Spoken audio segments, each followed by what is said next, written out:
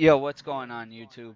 It's me, FX, and I'm showing you guys some tips and tricks on how to get a little bit better in Fortnite. And the reason I'm doing that is because I really enjoy this game. So yeah, let's get into it.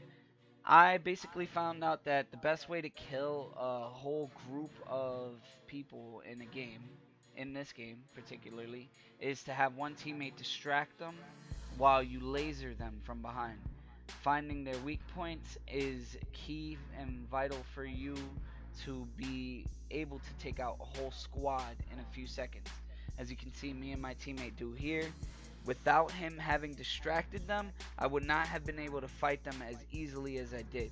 Now, that's very important to remember when you're trying to become a lot better at this video game.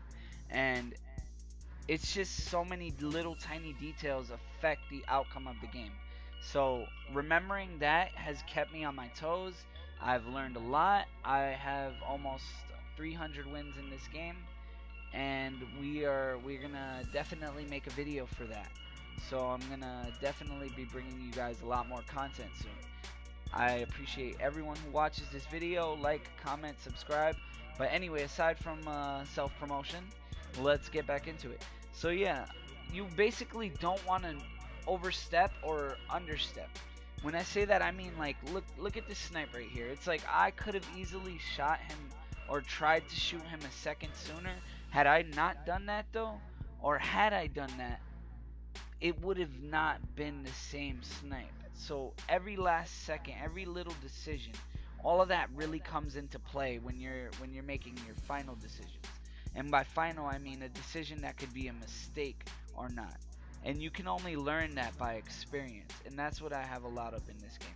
I have a lot of experience. I know the ins and outs of the game, and I know that I kind of limit myself by playing with the controller, but you know what, we're not really a step behind anymore because we can build, we can fight.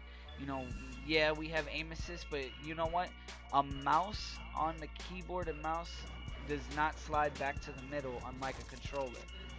I think you guys are gonna like this last kill right here for this game. But yeah, the joystick on the other hand slides right back to the middle every single time you move it. So it's a little bit more difficult to actually even aim with that because it's not steady. It moves back to the middle, and you have a disadvantage with a controller. That doesn't mean you can't become good with it. It just means you're taking a lot more risks, I suppose. But that's all bias and opinion. That's up to you. You can decide for yourself by trying it out. Now, the reason like I won't give up in fights is because, as you can see even here, I have a little bit of health and I am continuing to fight. Now, I wouldn't be bringing you guys this clip if I didn't win, but it's just, you gotta really understand like the ins and outs to even survive at that point. Like most people, when they get to that health, they get to 17 health, they're like, I'm gonna lose no matter what I do, so they just run out like all willy-nilly. You see you see right there, I really just I didn't give up, and that's the key right there. That's super key to every single play you make in this game. Now, right here, I was gonna try to side wall over or side floor over, and I couldn't accomplish that as effectively as I would like to. So I kind of just took the low ground. I knew my enemy was kind of afraid. He hadn't hit any shots on me. Nothing he was doing was hitting me, and I was just kind of playing it to my advantage, which was to keep building and just see where he's at. Kind of just take full advantage of everything that he was allowing me to do. Now, the more you allow your enemy to do, the more likely you are to get beat in a fight.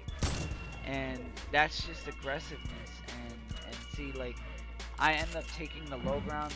I'm not too sure why I ended up taking low ground. I think because I got blocked by a ramp. But that'll happen. A lot of things like that can happen. The key is to just be chill and not let the pressure of somebody going over you take you down. Because most people want to be aggressive from the top down.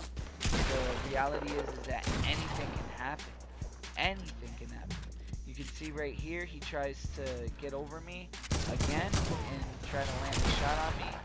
He doesn't land that shot. I ended up SMGing him, and it ends up becoming an easy win for me. I don't actually get that kill, but that doesn't mean that he wasn't extremely weak from all the damage I did. Not only that, he never landed a shot on me, meaning like all his efforts, all of that was in vain. Everything he was doing, all of those decisions were not long-term decisions. And you know, long-term decisions, I mean, it's life. Like, you gotta make long-term decisions, you know. And especially in situations where it's tough and you don't know what to do, and you have only a few seconds to decide, or you'll never get that chance again, you know. You kind of want to take the risk. Like right here, you see me taking the risk. I mean, you're in the middle of the storm, fighting someone who has way more health than me, no time to think at all, and I still make the right decision. Now, I haven't mastered this with all the new Season 7 metas, so that's why there's a few clips right before the update, but the new Season 7 metas have us going crazy yet again, as the Halloween ones did, where people are flying out of planes, just crashing into buildings, showing up any place, and it's a little bit unfair, to say the least. And I really enjoyed this game, so I'm not really gonna give up on it, just because, you know, it got a little harder for us as the update came through for the new season. But I'd like to thank everyone who's watching and who has watched up until this point. If you guys really enjoyed this video, just check out some of my other ones. I have a bunch of other videos too as well, some with commentary, some without. Some older ones if you want to see what the game looked like a while back. But just thank you.